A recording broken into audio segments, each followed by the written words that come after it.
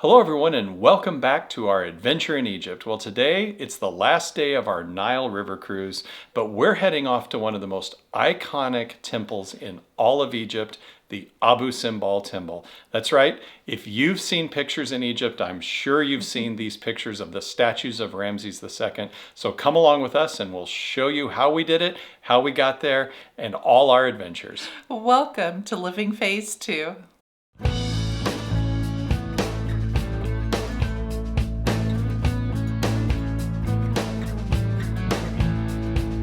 Hi, I'm Mike. And I'm Nancy, and we're empty nesters striving to live life to the fullest. And we are living that full life, traveling the waterways, skies, and the tombs and temples of Egypt. Oh, we sure are, friends. And well, today we're getting off our river cruise. We've had the last 4 nights there. We've really been enjoying it. But it's time to continue on with our adventure here in Egypt, and we're going to head to Abu Simbel. So we got up at our normal time, had breakfast, but we had everything packed to head out. Now, as we're heading off of the cruise here, one of the things I just want you to know is they did have a little box there for tips. So we didn't tip on the river cruise along the way. Our guide had told us, he said, just at the end, you put your tip in an envelope, and then it is shared amongst everyone there on the boat. Yeah, it certainly made it a lot easier. And again, that was Yes. good guidance from our guide to say, and he also kind of gave us some guidance as to how much to tip, etc. So yeah, it worked out really good. Be sure to talk to your guide, get some information, because that may change, or depending on the boat you're on, Sure. those amounts. So we don't want to steer you wrong, but that worked out well. So we didn't have to hand out money, every time we turned around on the ship, or on the boat. That was good. Well, getting now to Abu Simbel here, we have a couple different choices of ways that we could have done this. This was, of course, all prearranged well ahead of time when we were setting up the whole tour. We could have taken a bus, which that would be a little less expensive, but it's a 4-hour ride one way, so it's going to take a lot longer. It wasn't that much more for us to actually fly, and then we had a 40-minute flight. Yeah, exactly. So, this was one of the things that was really good. Our travel agent and tour operator were working together with us, and they gave us these options and walked us through them. The other thing about taking the bus, like I said, it saves you a little bit of money. And there were some people on our boat actually that did drive, and they had a little sign up there that said, okay, if you're in this tour group, meet at 2 a.m. in the morning to leave the boat. It's worse than the balloon ride, and start driving to Abu Simbel. We actually, as Nancy said, took the flight. We got there even before some of those tour groups that left in the middle of the night to drive up there because of traffic and issues and all kinds of things getting there. So we would highly recommend spend the extra money and fly to Abu Simbel from your river cruise if that's how you're going. It just made it much smoother. It was easier. It was faster. I mean, all the benefits are there, and that's what we would recommend. Right, and our guide just flew right along with us as well. So we were taken to the airport, and of course you go through security. One of the little tips I want to give you, especially women here, is as you go through security, you are still going to be patted down. Doesn't matter. Everyone is patted down. But there are 2 lines. So you can't necessarily stay with your husband because there is a line for the men and a separate line for the women. So just be prepared for that. We saw that over and over, that couples were, walking through together, and they'd get kind of up to the front and they'd shake the finger at them and, point the woman over to the woman's line. And, they're pretty strict about it. Thankfully, our guide told us ahead of time. Right. So So just be prepared for that as you're going through security. Well, the other thing to note that in these smaller airports, so we're flying from the Aswan International Airport to the Aswan Airport. Now to the Abu Simbel Airport, and the Abu Simbel Airport is a very small airport. So in these different airports that we're flying in and out of, you're probably going to have to take a bus from the terminal to your plane. And when you get to your plane, you then are going to go up a gangway. You're going to go up a staircase, an air stair, to get up into your plane. So not a lot of jetways here, especially in the smaller airports. So just be prepared for that, of how much baggage you're carrying with you, and making sure you can get up the stairs and have room to put it and all those types of things. Well, one of the nice surprises, actually, it's a very nice surprise, is that our tour company had arranged for us to fly business class. We weren't expecting that, so that was good. We had a little more leg room and just a little more breathing room, and I appreciated that greatly. Yeah, I did too. Especially another tip here. Don't expect the flights to be on time. Yes, that's You so know, true. we ended up sitting in that airplane quite a long time, both when we left Aswan and when we left Abu Simbel to go back through Aswan to get to Cairo, that we're going to talk about at the end. So having a business class seat was kind of nice because you sit in those airplanes a long, even for a 40-minute flight, we sat on that plane a long time. Yes, we did. Well, we made it to Abu Simbel, and here we're going to see two temples that have been relocated. Yeah, so this is very similar to the temple from our last video, the Philae Temple, where they had to relocate the temple to save it from the flooding after they built the Aswan High Dam. So we're sure you guys saw that video, but why would they have not seen it? Well, maybe because you don't have notifications. Oh, okay. Friends, seriously, thank you. For those of you that have subscribed, thank you. Thank you for turning on those notifications and for liking these videos. Again, it just lets YouTube share more of our videos with others. So thank you very much. Yeah, we're hoping you're enjoying this Yes. this series on Egypt as we're coming through here. So, well, as we were saying, this temple complex here was relocated back in 1964. Again, it was a full international effort to relocate these temples. Back in the 60s, it cost $40 million, which is over $400 million in today's dollars. So it was quite the event to do this. And they only moved the temples 200 meters, but they moved it to much higher ground to save it from the flooding. It is an engineering marvel when you look at it. So be sure when you're going into the temple complex, take time to pause in the visitor center because they have all kinds of pictures and descriptions, and they even have a film on how they did the moving of the whole thing. And it was quite amazing when you look at it. And when you look at the temple, as we said with the Philae Temple, you can really hardly tell where they did the cuts and the Yes. moves. It was just amazing. Well, yes, they cut this temple into 1,000 blocks here just to move it that 200 meters. But it was really, really amazing how they did it. And they created this large concrete dome to represent the mountain that the tomb was originally cut into. Right, and you can't really even Crazy. hardly tell because they covered the concrete dome in sand and dirt. So when you're looking at it, it just looks like part of the mountain. It really is quite amazing. It took them 4 years between 1964 and 1968 to do this. And I'm certainly glad today they did it because we get to see these amazing Very statues. And this is what is so iconic. When you come up to the Abu Simbel Temple, you see these 4 massive statues of Ramses II, and you're probably saying, "Oh, I've seen that before in the pictures you're seeing right now." And it's just amazing. So we're glad to finally make it here to Abu Simbel and to get to tour all this. Now, a couple things.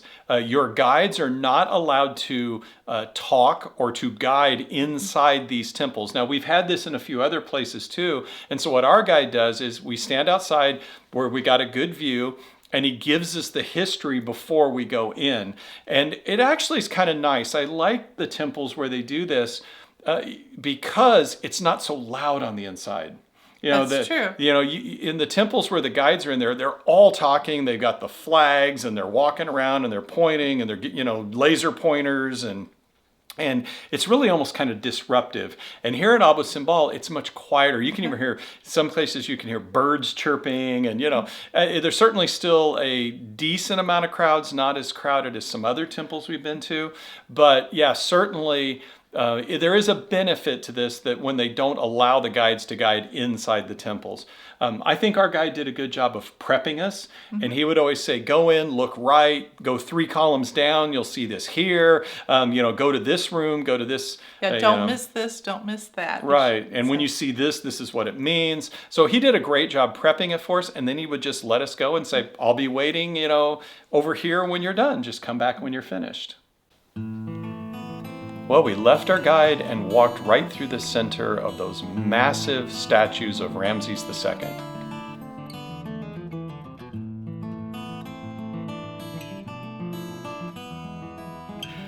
What's really neat here is now we can see again, their skills are advancing and they're starting to add motion to the carvings. I love how they're showing the horse's leg in like 3 different steps, almost like a comic book. Yeah. As a reminder, this temple was from the 13th century BC. So what you're seeing is over 3,500 years old. And as with many of the temples that we've been in, at the back of this one, there is the Holy of Holies. An interesting thing here is on October 22nd, the sun shines in through the temple directly on Ramses' face. And it did this before they actually moved the temple. And so when they moved the temple, they were very careful in placing everything so exactly on October 22nd, the sun would once again shine on Ramses' face. And it does it again on February 22nd as well. We continued to explore the temple, and there's lots of little nooks and crannies and side rooms to explore. It was really nice here that the crowds were very light and we had some of these rooms to ourselves. Don't miss looking up in the ceilings and at every wall to see the beautiful hieroglyphics and paintings.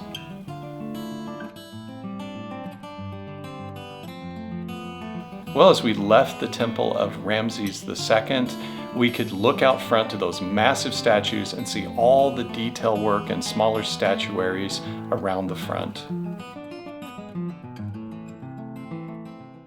Well, we left the temple of Ramses II, as we said, and across the complex is the temple of his favorite consort, we were told, which was Nefertari. And you can tell she was very special to him because this is one of the only times that one of the consorts or one of the queen statues is the same height as the pharaoh statue, and you can see that right out front. So her temple is about 200-300 yards across the complex from Ramses II.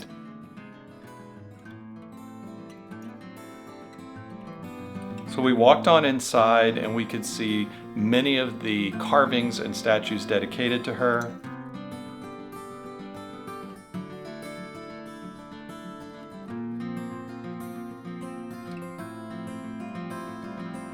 We continued exploring her temple. It, of course, is much smaller than the Ramses II temple. Even though he loved her a lot, he got the bigger temple. So we looked around and just explored, and we could see the carvings of her and how much he honored her in this temple.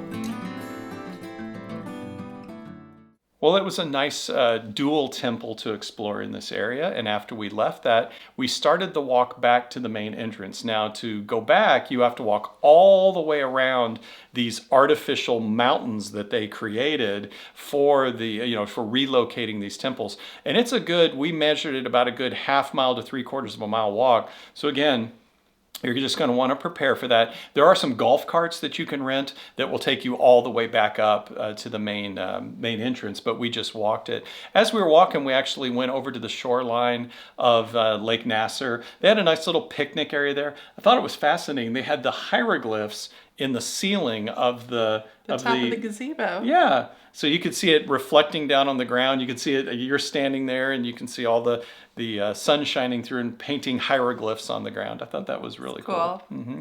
And then as we walked further, we also saw the Movenpick, which was another river boat that you could tour on. Now with the Movenpick, it's on the backside of the High Aswan Dam. So you have to kind of pick here. You really, if you've never done a Nile cruise, we highly recommend do one on the Nile, not on the Lake Nasser. There are things you can see, and obviously this boat docks right up here at Abu Simbel, which is nice. But there's so much more to see on the Nile proper when you're up in there on a Nile boat. So we would recommend, especially if you've never done a Nile cruise, to do it on the main Nile, not on Lake Nasser. Well, from there we walked around and we went back to the visitor center. We looked around there a little bit, but we had to get in our driver's car and we had to get back to the airport because we've got to get to Cairo. Well, we got back in the car to get to the Abu Simbel airport. It's just a short drive, so that was nice, and had to go through security. Now we're on our way to Cairo, but we have to go back through Aswan because there's no direct flights to Cairo. So we made that little 40-minute jaunt back to Aswan. Once again, it was nice. We were back in business class again. And what was really nice is we didn't have to change planes. So we went to Aswan and then to Cairo, all on the same airplane, which was really good, I thought. But yeah, shorter in the air than what we were just sitting on the tarmac. But yeah, it was nice. We were flying over the lakes and over the desert, and so it was really pretty to see. So when we got to Cairo, there was a driver there that was meeting us. We still had the same guide, but we have a new driver now, and he's going to take us to our hotel. And as we're driving to the hotel, we actually got our first glimpse of the pyramids. Now this is going to be my real highlight of the trip. This is what I've been looking forward to so much. And so off in the distance, there were the pyramids. I couldn't believe it that they were right here in Cairo, or Giza, kind of a suburb of Cairo. And they're just right there. I thought the pyramids would be so far off in the desert, but here they are. And that was so cool to see them. Yeah, I loved looking at your face, and you just it reminded me of when, before we were empty nesters and we had our kids, we'd go to an amusement park or Disney or something, and we'd be driving and we'd say, okay, who's going to see the big roller coaster first? Who's going to see the first sign for Disney? And you were like, pyramids! Yeah, you were so excited, and it was really neat because the sun was setting, and it was really quite beautiful, actually. It was. There's a lot of dust, so there's a lot of haze in it, so it gives it kind of that reddish tint, the sunshine and all that. But it was really, really beautiful. But our hotel here is at the Hyatt. It's at the Hyatt Regency Cairo West Hotel, and so we're not too terribly far from the pyramids, but there are some hotels that are closer. So that if that's something that you're wanting, be sure to let your tour company know, do your research and look into some of those hotels that are closer. But we're at the Hyatt. Yeah, it's really something that you're going to want to negotiate with or negotiate's probably a strong word, but discuss with your tour company and your travel agent.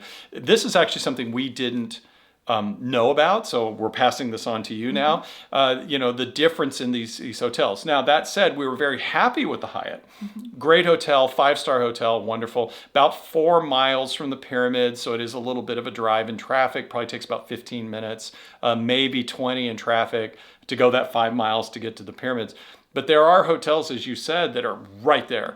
Now, they're older hotels. Their rooms are going to be smaller. Many of them have been updated, but some have not. So you're just going to want to look at those trade-offs back and forth between room size, how modern is the hotel, how much has it been updated, to how close it is. Do you want to sit on your balcony and look at the pyramids, or do you want something that's a little more comfortable modern hotel? Yeah, that's a really good point there, that you may want to be closer. But I got to tell you, I really appreciated being at the Hyatt. I just having a really nice, comfortable bed to sleep in. It was nice and quiet, and so I appreciated that. And we had a beautiful room, which you can see here. Now, one of the things about being here at the Hyatt, it's time for supper, and there's no real place for us to go to supper. We have to pretty much stay here at the hotel. Whereas if you're down in some of these other hotels, you may have a bigger selection for food, for meals, things like that. Yeah, there's lots of restaurants around. Yes. It reminds us of Petra. If you go back and look at that video where we talked about, we were at the Marriott we had a beautiful overlook. We could see Petra and everything, but there were we were limited to the restaurant and the hotel because there was nothing around. It's exactly like this here. Whereas we did drive around that area, and you'll see that in tomorrow's video. And how will they make sure they see tomorrow's video? Oh, because they'll subscribe and turn on those notifications. That's right. So that's thanks, right, friends. Yeah. So that's one of the things, that there were tons of restaurants, shopping, all kinds of things down near those hotels where we were more isolated. We were isolated to the hotel, but we did go down to the main restaurant and we had supper there, and it was absolutely delicious. It was. I had a shrimp wrap and you had a fish and chips. Yeah, it was good. It was really good. And it was affordable. I mean, you think of like a 5-star Hyatt, you'd pay $30 for a fish and chips. I think it was like $12 or something. Yes. It was very reasonable. And breakfast was included too, so you'll see Beautiful that breakfast in the buffet. next video. But so they food was excellent here, so no complaints there. Yep. Well, we had to go ahead and get to bed because we've got a huge day tomorrow. So Cannot tomorrow, wait. you're so excited because we finally are going to make it to the Great Pyramids of Giza. We're going to tour the pyramids. We're going to actually then go into some of the pyramids. We're going to see the oldest actual pyramid structure in Egypt, and it's where the current pyramids kind of got their start. We're going to have an amazing day. And it is cool. So you're not going to want to miss it, friends. We will see you very soon. Have a beautiful day. Take care. Bye-bye Bye-bye. now.